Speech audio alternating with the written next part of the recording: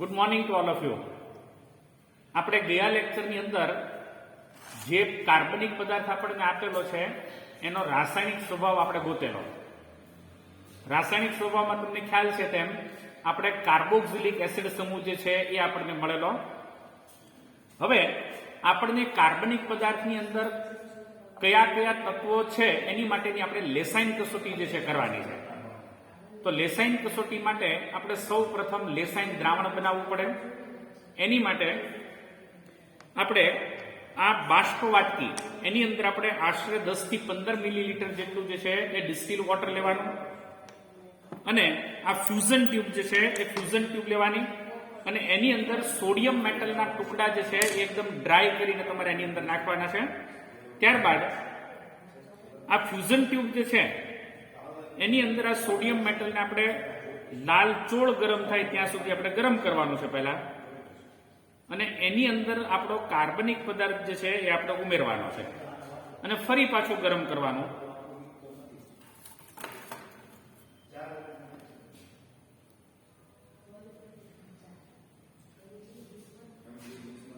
તમે જોઈ શકો છો તેમ હવે લાલચોળ આપણી ફ્યુઝન ટ્યુબ જે છે એ તૈયાર થઈ ગઈ છે.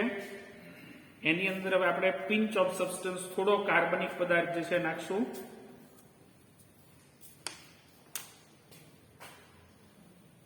ફરી પાછો આપણે પદાર્થ જે છે એને ગરમ કરશું.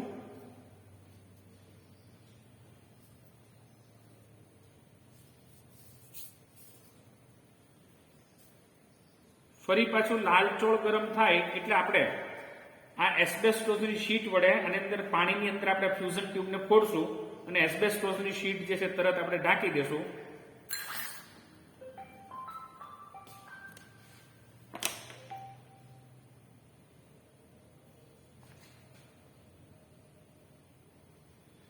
આવી રીતે એક કસોટી આપણે ફ્યુઝન ટ્યુબની કરી. ત્યાર પછી આપણે બીજી ફ્યુઝન ટ્યુબ પણ લેશું અને આવી 3 ફ્યુઝન ટ્યુબ જે છે ટોટલ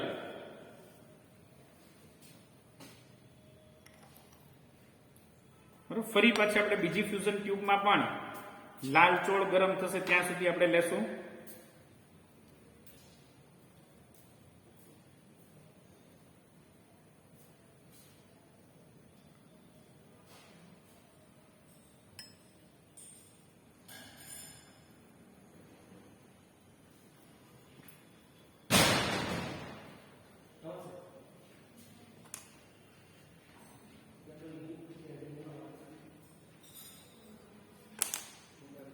ફરી પાછી એને આવી રીતે ગરમ કરો.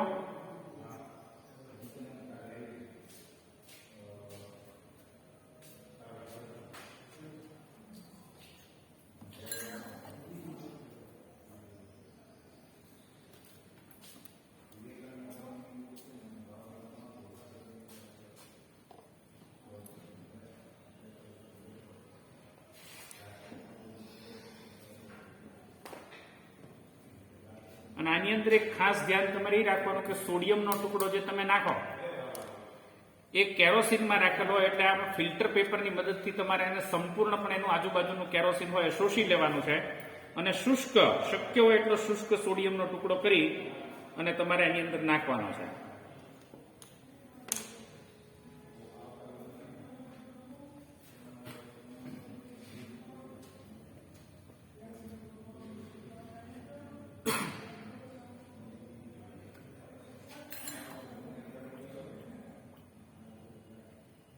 તો આવી રીતે આ સોડિયમની ફ્યુઝન ટ્યુબ જે છે આપણી 3 ફ્યુઝન ટ્યુબ જે છે થઈ ગઈ છે. હવે એને આપણે ક્રશ કરશું ફ્યુઝન ટ્યુબને ગ્લાસ રોડની મદદથી. બરાબર, એ ગ્લાસ રોડની મદદથી આપણે ક્રશ કરી બરાબર સ્લાઇટલી બહુ જેન્ટલી ક્રશ કરવાનું. એટલું બધું જોરથી ક્રશ નહીં કરવાનું કે તમારી બાષ્પ વાટકી આખી તૂટી જાય. બરાબર, એટલે માત્ર જેન્ટલી જે છે ગરમ કરવાનું. હવે આપણે આ દ્રાવણ જે છે ને ફરી પાછું ગરમ કરવા મૂકશું. ખાસ ધ્યાન રાખવું તમારે આવી રીતે વાયર ગોઝ ઉપર એને ગરમ કરવા મૂકવાનું છે.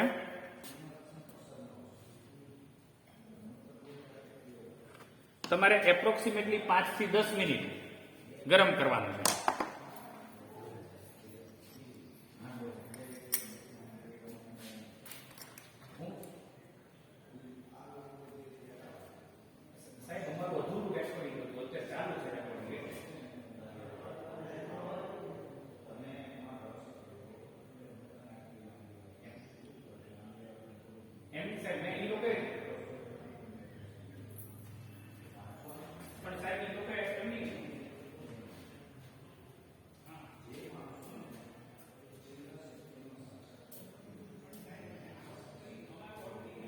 આ લેસાઈન દ્રાવણ ઉકળે ત્યાં સુધીમાં આપણે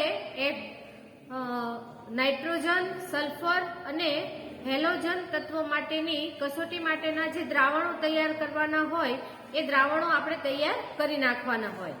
તો નાઇટ્રોજનની ટેસ્ટ માટે આપણે તાજું FeSO4 નું દ્રાવણ અને HCl અથવા તો H2SO4 મંદ હોય તો આપણી પાસે હોય જ તે.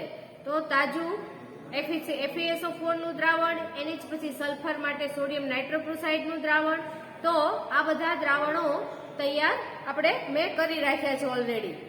તો જેવું આ દ્રાવણ ઉકળી ગયું છે તો હવે આપણે એને ફિલ્ટર કરી લેશું અને ફિલ્ટર કર્યા પછી એની અંદર આપણે આ બધા દ્રાવણો ઉમેરી અને નાઇટ્રોજન, સલ્ફર અને હેલોજન તત્વની આપણે ટેસ્ટ કરી લઈશું. તો સૌપ્રથમ હું એનું ફિલ્ટ્રેશન કરી લઉં છું.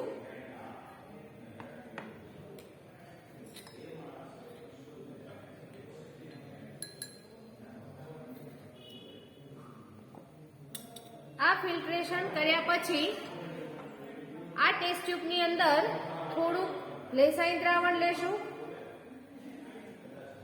એની અંદર મંદ સલ્ફ્યુરિક એસિડનું દ્રાવણ ઉમેરીશું અને એ પછી એની અંદર તાજું FeSO4 નું દ્રાવણ હું ઉમેરું છું. તો તમે જોઈ શકો છો કે આની અંદર કોઈ પણ પ્રકારનો રંગ આવતો નથી, જે આપણને નાઇટ્રોજન તત્વની આપેલ પદાર્થમાં ગેરહાજરી સૂચવે છે. હવે ફરી પાછું આ ટેસ્ટ ટ્યુબને આપણે સ્વચ્છ કરી અને એની અંદર આપણે ફરીથી લેસાઈન દ્રાવણ લઈશું. એની અંદર તાજું બનાવેલું સોડિયમ નાઇટ્રોક્લોરાઇડનું દ્રાવણ હું ઉમેરું છું.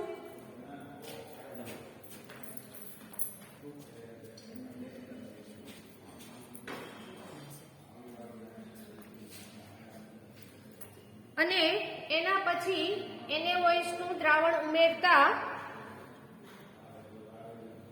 તમે જોઈ શકો છો કે અહીંયા કોઈ જાંબલી રંગ કે કોઈ પણ વિશિષ્ટ કલર આવતો નથી, જે આપેલ પદાર્થમાં સલ્ફર તત્વની ગેરહાજરી સૂચવે છે. હવે ત્રીજી ટેસ્ટ ફરીથી પાછા તમને ઝાલાસર કરાવે છે.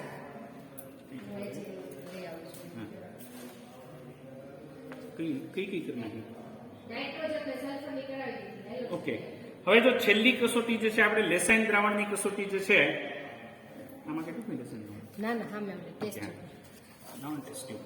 લ્યો આમાં AgNO3 છે.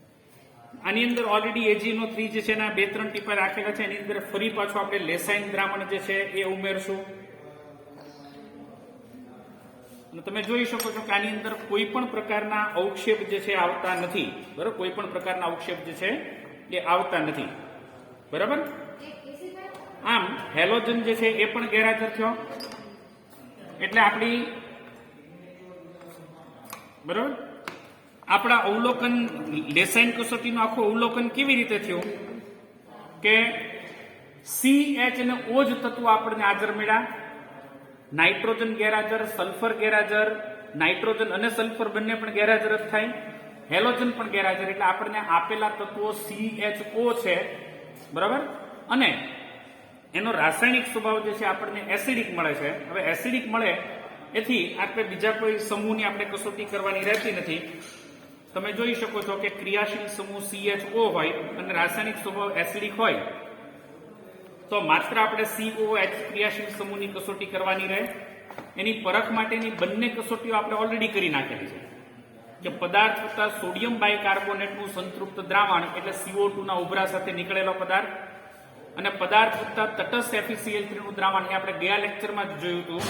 એમાં પીળા રંગનો અવક્ષેપ જે છે આપણને મળે છે. બરાબર, જે સિનામિક એસિડ હોવાની શક્યતા છે. આથી હવે આપણે કન્ફર્મેશન માટે આપણે એનું મેલ્ટિંગ પોઈન્ટ લેશું. બરાબર, તમને કોષ્ટકની અંદર આપેલું છે. બરાબર, cinnamic acid, benzoic acid, aspirin, salicylic acid, succinic acid અને થેલિક એસિડ.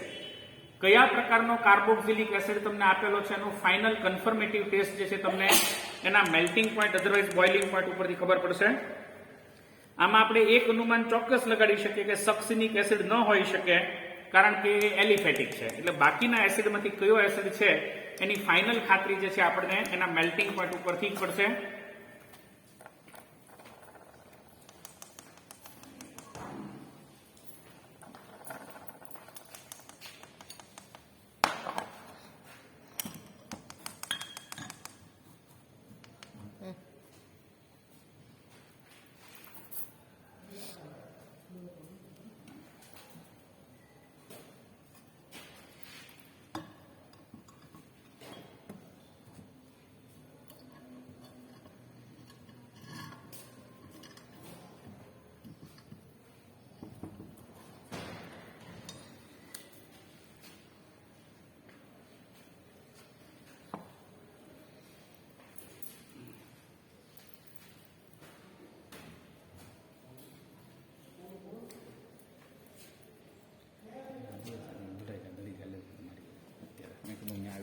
એ છે ને એ બધી લેબ જેઠવા એને કહેવાનું અમને જેઠવા સાહેબ એમ કીધું હતું 10 જાન્યુઆરી પહેલા તમારે આટલા પૂરા કરવાના છે. 10 ફેબ્રુઆરી પહેલા. અને અમને એવું નહોતું કીધું કે આની પછી મૂકજો, આની પછી મૂકજો, એવું કાંઈ નહોતું કીધું અમને. એ તેની હાજરીમાં હું જ કહી દઈશ. લેબ વાળા છે ને આવા બધા બહુ ઇસ્યુ કરે છે. અને આવે ને તો હું તો હમણાં કહીશ કે હમણાં લો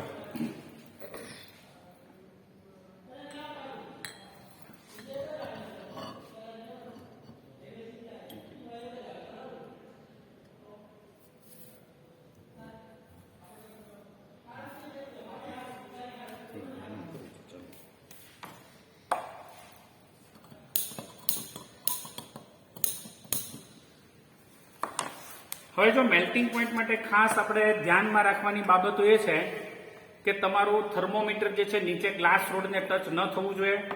બીકરની આજુબાજુની ગ્લાસ વોલ જે છે એને પણ ટચ ન થવું જોઈએ. માત્ર આજુબાજુમાં પેરાફિન હોય એ રીતે તમારે સ્ટેન્ડની મદદથી થર્મોમીટર જે છે એ ગોઠવવાનું અને પછી તમારે આ બર્નર જે છે ચાલુ કરવાનું અને જોતું જવાનું કે કયા તાપમાને તમારો પદાર્થ જે છે પીગળે છે.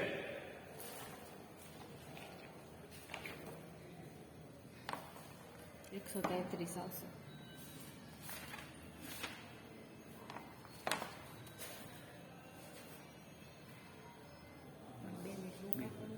બેન્ઝોઇક એસિડ માટે ઘણું થશે.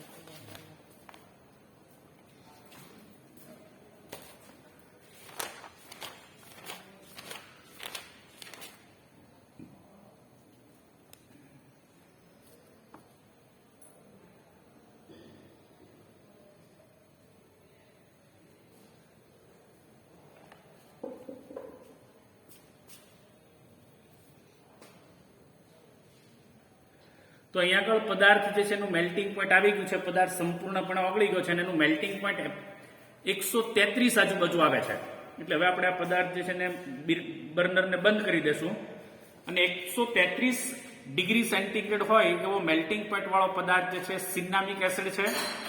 અગાઉ પણ આપણને અસંતૃપ્તતા કસોટી અને તટસ્થ FeCl3 વાળી કસોટીમાંથી આપણને જે છે એ સિન્નામિક એસિડ મળેલો, જેની ખાતરી આપણને મેલ્ટિંગ પોઈન્ટ ઉપરથી થઈ ગઈ છે. હવે આપણે આ એસેમ્બલી દૂર કરશું. ખાસ ધ્યાન, આ પેરાફિનને પણ ગરમ હોય એટલે સાઈડમાં ઢોળાય નહીં એવી રીતે તમારે રાખી મૂકવાનું છે.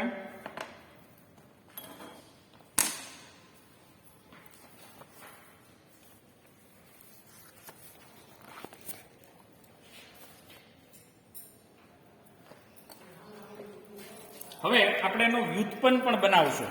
પહેલા નિર્ણાયક કસોટી. બરાબર? પહેલા નિર્ણાયક કસોટી. નિર્ણાયક કસોટીમાં જો પદાર્થ વત્તા 10% Na2CO3 નું દ્રાવણ વત્તા મંદ KMnO4 ના ટીપા, એટલે KMnO4 નો રંગ દૂર થાય છે. આ કસોટી આપણે ઓલરેડી પહેલા કરી નાખેલી છે. તટસ્થ FeCl3 આછા પીળા રંગના અવક્ષેપ, એ પણ કસોટી આપણે ઓલરેડી પહેલા કરી નાખેલી છે. હવે એક ત્રીજી જ કન્ફર્મેટિવ ટેસ્ટ છે પદાર્થ વત્તા સાંદ્ર H2SO4 સાથે ગરમ કરતા લીલો રંગ આપશે. બરાબર? પણ સાંદ્ર H2SO4 ની સાથે તમે ગરમ કરતી વખતે તમારે થોડું ધ્યાન રાખવાનું છે બરાબર, માત્ર જેન્ટલી તમે થોડુંક ગરમ કરશો અને ગરમ ન કરો તો પણ તમે જોઈ શકો છો કે એનો લીલો રંગ જે છે થોડો આવી જશે.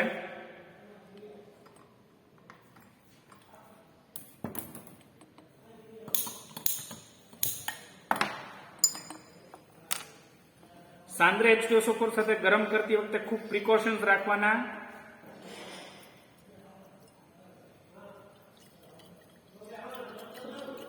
ઓકે, તમે જોઈ શકો છો કે એની અંદર લીલો રંગ જે છે હવે આવી ગયો છે. બરાબર, જે પણ સિનામિક એસિડ જે છે એની હાજરી સૂચવે છે. હવે આપણે એનો વ્યુત્પન્ન બનાવશું. ટોટલ 2 વ્યુત્પન્નો છે, બેન્ઝોઇક એસિડ અને બીજો જે છે એનિલાઇડ. વ્યુત્પન્નની બનાવટ તમને પાછળ આપેલી છે. બરાબર, આપણે બેન્ઝોઇક એસિડ વ્યુત્પન્ન બનાવશું.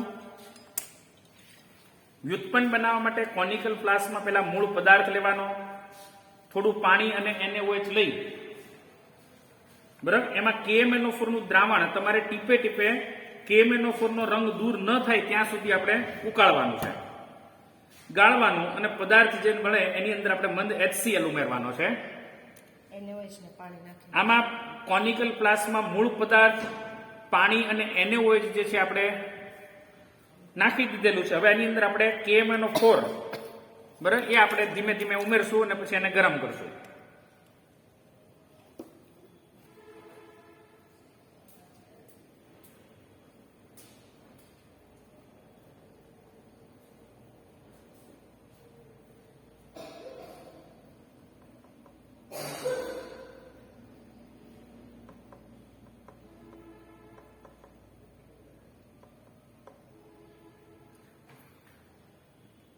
મીનવાઇલ આવી રીતે તમારે થોડું થોડું એને હલાવતું પણ જવાનું છે.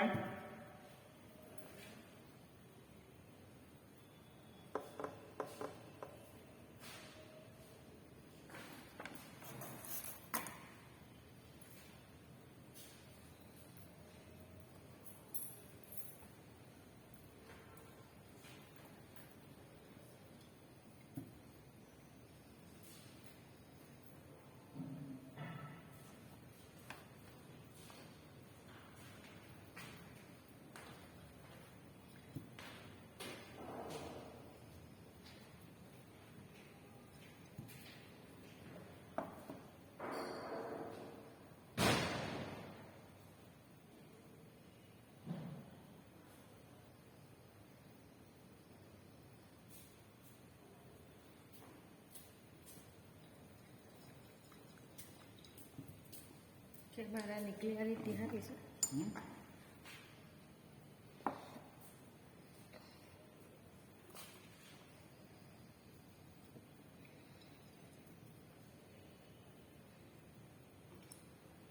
બસ બસ હવે નહીં.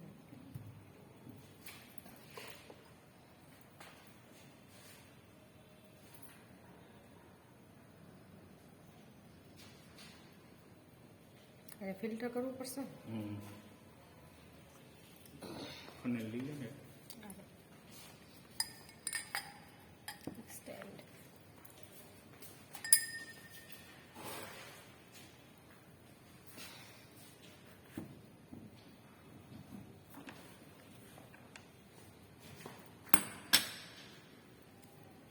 ઉકાળવું પડશે.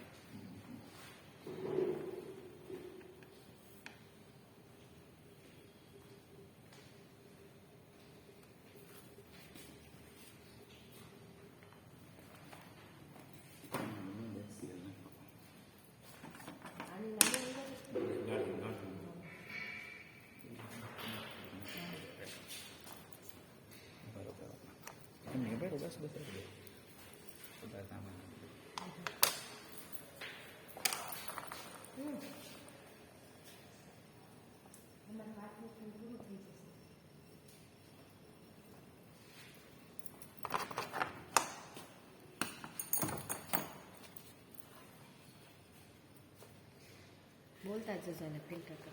હવે આપણે આને ફિલ્ટર કરશું. થોડું ઠંડુ પાણી લઈએ.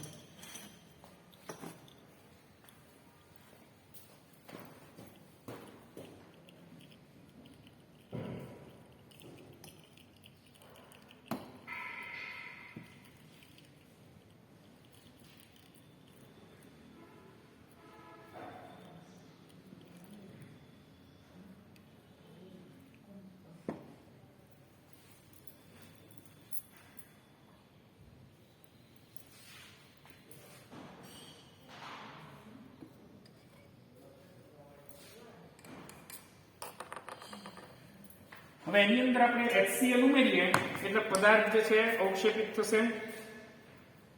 તમે જોઈ શકો છો કે આની અંદર HCl ઉમેરવાથી પદાર્થ જે છે અવક્ષેપિત થઈ ગયો છે.